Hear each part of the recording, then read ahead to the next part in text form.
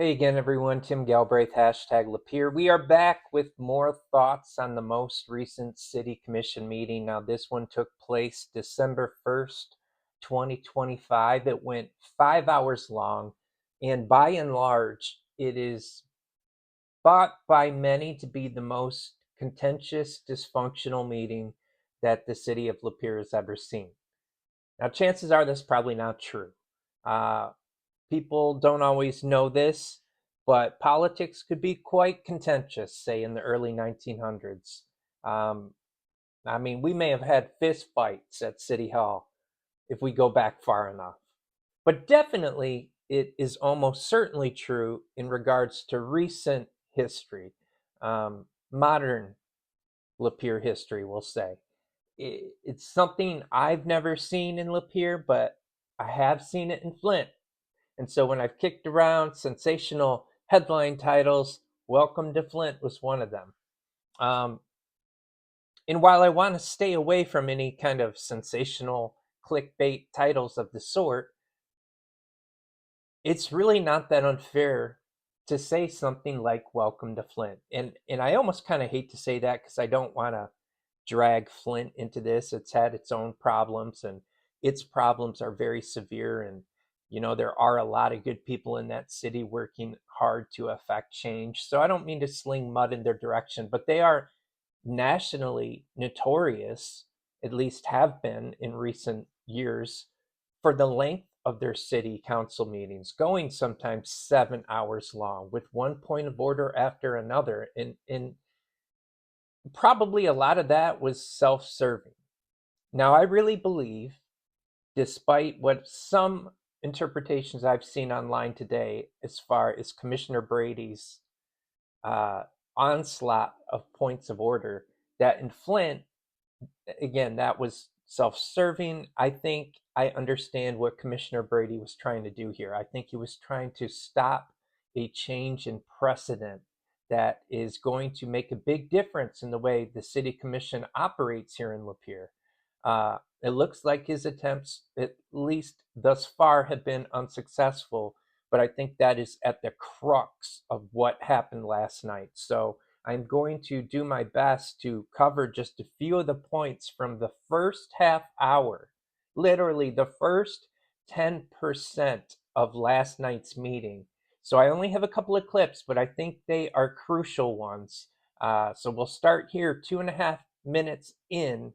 I'm going to pause it and tell you what I think was important. All right. Before we get started with the agenda, the approval of the agenda, I'd like to open with a few remarks regarding the last meeting. I want to provide a clear explanation of the rules that govern this commission and correct several misunderstandings that arose from our last meeting. This is not directed toward any one individual. It's provided so that our meetings proceed in an orderly, transparent, and legally compliant manner. The City Commission operates under a defined hierarchy of authority in this order. First, the city charter. Second, the rules and procedures of the City Commission. And third, Robert's Rules of Order, the latest edition, which is 12th. This applies only when our charter or rules do not address an issue. These documents define the roles, rights, and limitations of commissioners, staff, and participants. To ensure clarity going forward, I will address several misconceptions that circulated publicly following the November 17th meeting. First, whether the chair may make a motion. There is no charter provision, no rule, and no section of Robert's Rules that prohibits the chair from making a motion. In small deliberative bodies such as ours, the presiding officer retains full participation rights of a member. Point of order. All right, so we just got, I think, our first point of order, but what happens is the mayor lays out that the governing body is first based off the city charter, then the city commission, then lastly Robert's Rules of Order. And it's tough for me, it's tough for you, it's tough for people who don't have access to all these documents, although I'm sure they're online and you can order a copy of Robert's Rules of Orders and whatnot if you want to. But your normal person doesn't expect to have to know this stuff like the back of their hand in order to be able to follow along with the city commission meeting. But that's what it takes right now in Lapeer, to be able to follow along. Now, you see Commissioner Brady and Mayor Hing are basically at the root of the argument is whether or not this is a small deliberative body. That is how Mayor Hing refers to it, as a small deliberative body such as ours. And what he's doing there is he's laying the foundation to be able to introduce motions. Throughout the evening, when Commissioner Brady is interjecting with his points of orders and resisting this, he's doing so on the basis that his belief is that if the mayor can introduce a motion and just set aside being able to vote, when you're introducing motions, you're not going to likely introduce motions that you wouldn't want to be successfully voted for, right? Like if I am in a position to introduce a motion, I'm not going to introduce the motion that could lead to my own job termination. It just wouldn't make sense for me to do that. I'm going to sit quietly and hope that like nobody even notices I'm around, forgets all about whatever transgression may lead to my firing, and hope that that motion never gets brought to the table. But if, as mayor, you're able to introduce motions, then you really, whether or not you're able to vote on them, in effect are having a big impact on what will be voted on. And that does seem to break from custom, and it doesn't mean that necessarily it can't be done going forward, but it gives you insight into what the battle is about. Mayor Hing intends to be as strong of a mayor as he can be. Now, Lapeer has pretty much a weak mayor, right? It's not an insult. It's just the governmental structure of what we have in Lapeer. The city administrator, in this case, Mike Womack, truly kind of runs the city under the oversight and guidance of the city commission. It's not the mayor who traditionally makes decisions and runs the city. And yeah, he presides over boards and he makes appointments and he has a role to be sure. But Mayor Hing is walking in the door, absolutely trying to be as strong of a mayor as he can be. And I'm not saying that's bad or criticizing that, but I'm saying that's clear.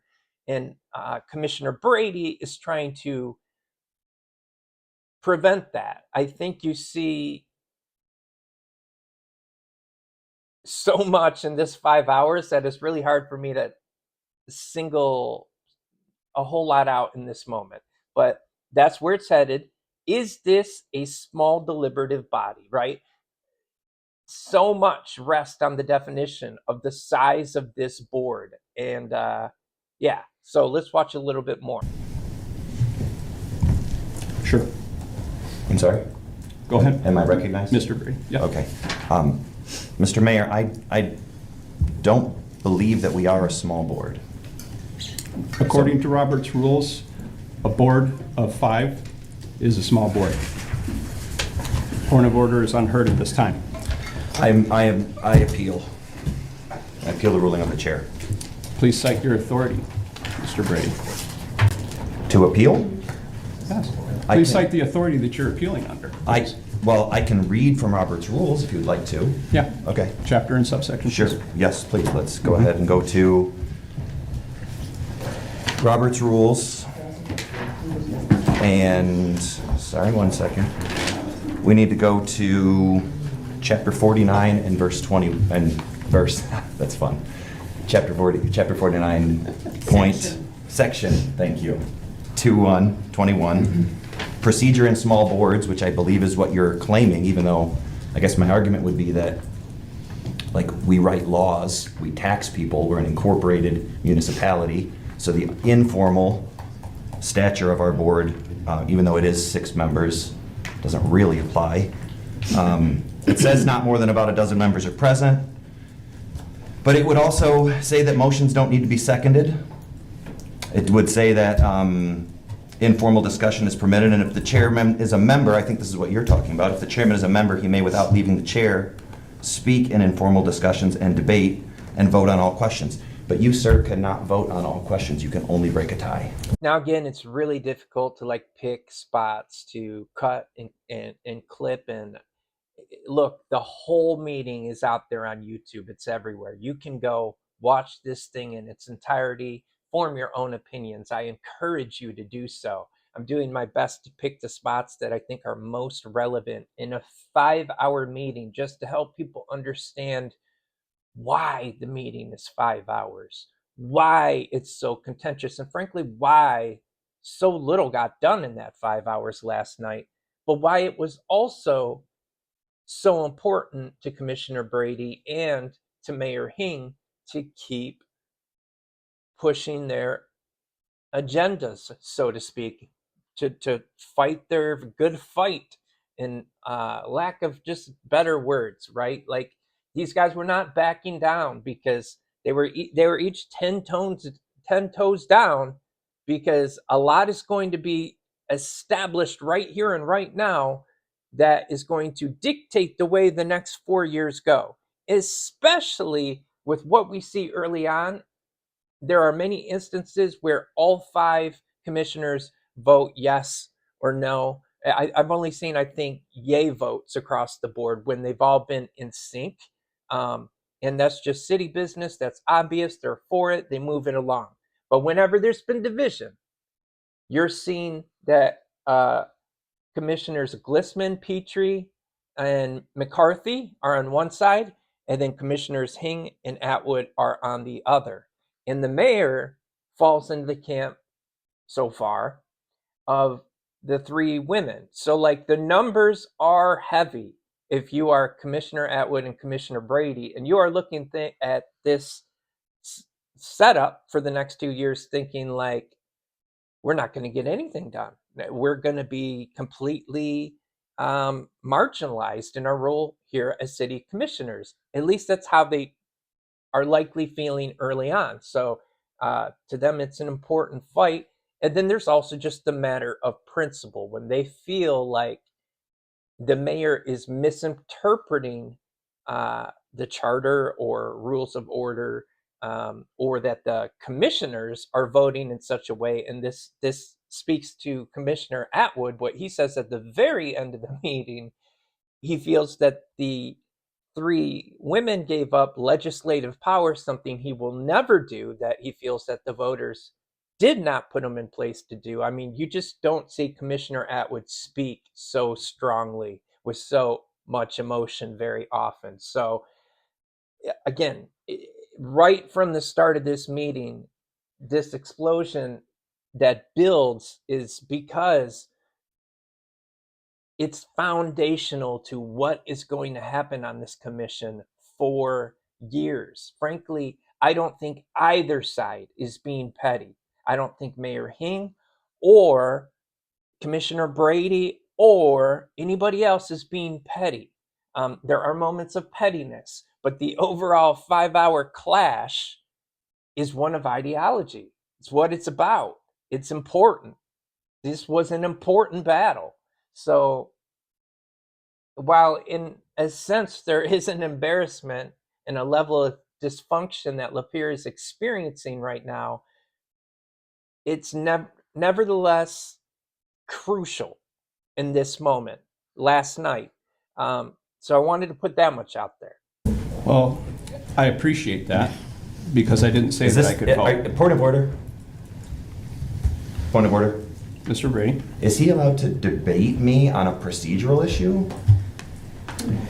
If he's recognized the point of order, you can speak about it. If you want me to read from Robert's rules about the small board, though, I can. One moment. A point of order is addressed to the chair. Questions are directed at the chair, and the chair directs them to the person that is going to answer the question. You can't just ask the attorney directly from your seat without asking through the chair. Okay?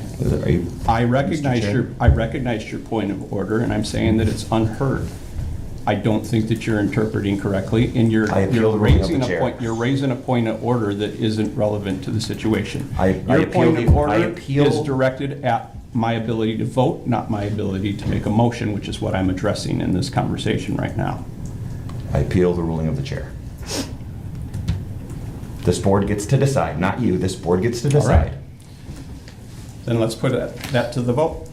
Now, this I think is important because when Mayor Hing is distinguishing between what Commissioner Brady is saying, that you are arguing that I cannot vote. Right now, we're talking about whether or not I can make a motion. Uh, Mayor Brady is kind of seeing them as one and the same. That in effect, if you're able to make motions to an extent, you are able to vote. And I kind of covered why that is in the beginning earlier in the video. But I want to point out how quick Mayor Hing said simply, okay, well, let's just take it to a vote. It's because he knows. He knows how the vote's going to go. He knows that Mayor McCarthy, Mayor Petrie, and Mayor Glissman are going to empower him to make motions. They're going to vote how he wants them to vote. And I'm not saying that they're just going to do whatever he wants whenever he wants, but he knows in that moment when he takes it to a vote, it's game over, right? Like he's now going to have that ability to make motions. Now, again, like I said, this is very difficult to do without really jumping around. So I do want to skip ahead. This still happens, I think, in the first half hour, although it's about 20 minutes from now after some more back and forth. Um, when Mayor Hing turns to the sitting attorney, who's not your typical attorney, she's sitting in for the city attorney this week. I'm guessing on staff, maybe not, but she is not the attorney you're going to see every other week in most cases. But he nevertheless turns for her legal opinion. So just watch this. Remind me, didn't we cover this question about vacating this? The charter does, or the commission rules, sorry, do have some about the mayor speaking, if I could give you some of those. The mayor has a voice in all proceedings of commissions, but shall have no vote, except in the case of a tie, we know that. The direct question from, or the point of order from Commissioner Brady in this case, the stacked point of order is, once we go into the appeal and we have some discussion or deliberation about it, should the chair vacate the chair in order to have that deliberation, in order to remain impartial? I believe the rule is, I have to look again, but unless you had the question and wanted to give the decision to the board, I believe you participate, but I will look right now. Back to, and we did write an opinion letter, Mr. Francis did before I reviewed it, and I would have a hard time believing this is something considered a small board, given this is an informal procedure. You have commission rules, you have standing commission rules, you need 2/3 of the body to vote for it. This is a parliamentary procedure, as is most municipalities. If you look at the Roberts rules requirements for a small board, those are things where we're not even standing up to start the meeting. This is an informal body, something like that. So that's my opinion on the large board versus small board. Can you please give that again? You think your opinion is, and just without all of your opinion is we are a what? A large board. Thank you. And I think, larger municipalities may have more than a dozen people. That's why Robert's rules isn't set in stone, saying a dozen or more, because I don't think that would work for every municipality. And while your opinion is solicited and appreciated, at the end of it, we still get to decide for ourselves. All right, so now this is crucial. The attorney essentially agreed with Commissioner Brady that the size of the commission would suggest that the mayor would be much more passive in order to preserve impartiality. That the size of Lapeer City Commission is one that typically you would not see the mayor making motions or voting. At least that's how I read that. I could be wrong. I've gotten a phone call from somebody that you've been watching tonight who's told me how I've interpreted things wrong, and maybe we'll discuss that another time. But um, that's my read on it. The city attorney agrees with Commissioner Brady, and the mayor, while polite, just doesn't care.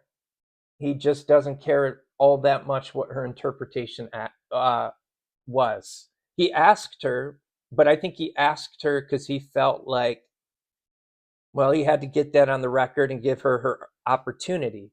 But it didn't dissuade him. It didn't cause him to pivot. And equally important, none of the other commissioners, that is, Commissioners Petrie, Glissman, or McCarthy, were moved by what the city attorney or acting city attorney said either. So they went ahead eventually and voted, and we now have a mayor who will be making motions, it appears. And um, you know, whether or not he's reading that right, I'm not sure. Uh, because I see the city attorney, and I just see a lot of disagreement up there. Um, but the city commission seems to be able to empower him to do that, which he would be right about that much, and would have succeeded in getting what he had hoped to get. Whether or not that's good for Lapeer, I guess will remains to be seen, but it will go to what more of what Commissioner Atwood says at the meeting, that we're just giving up our legislative abilities here, and that just doesn't feel right to him.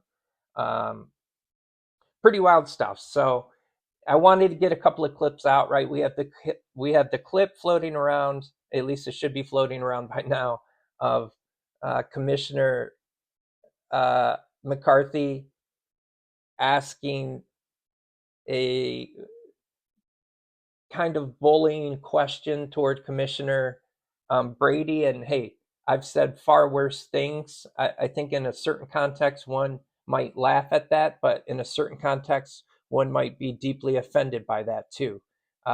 Commissioner McCarthy is in her second meeting and kind of losing her cool already. So I can understand why it would be difficult to be on a commission opposed to Commissioner Brady, because he is like a pit bull. When he sinks his teeth into an issue, that could be difficult.